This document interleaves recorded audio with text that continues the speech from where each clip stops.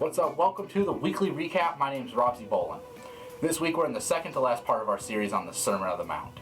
Here Jesus is really cracking down on all of his listeners to say, this is how you truly enter the kingdom of heaven. Last week Kevin gave us two different roads. The hard and narrow path that leads to life, and the wide, open, easy path that leads to destruction. And so Jesus here in the next verses are going to give us a warning. He says, beware of false prophets. Beware of people that are trying to lead you astray. People that make you think that you're walking the hard and narrow path to life, but really they're leading you astray to walk to the wide open path of destruction.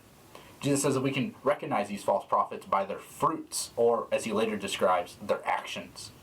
And so we need to look at these people's lives, see where their heart motive lies, see what's going on and what their ulterior motive is. And we can also look at the fruits of the Spirit that Paul gives us in Galatians. And then Jesus also wants us to look at our own lives. To look and see that if we are a good tree producing good fruit, or if we are a bad tree trying to produce good fruit, but Jesus says a bad tree can't produce good fruit. So what Jesus is telling us here is that we need to have saving faith and believe in him. And that through that faith, our works and our actions will come out of those.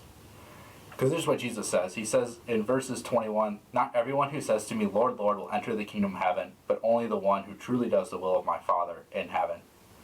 And so what Jesus is saying is that it's not just believing in him, but it's having faith in him. It's entrusting your whole life to him. It is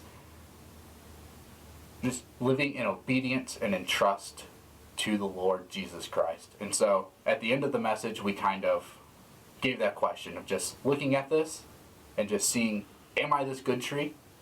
Are my works flowing out of my faith?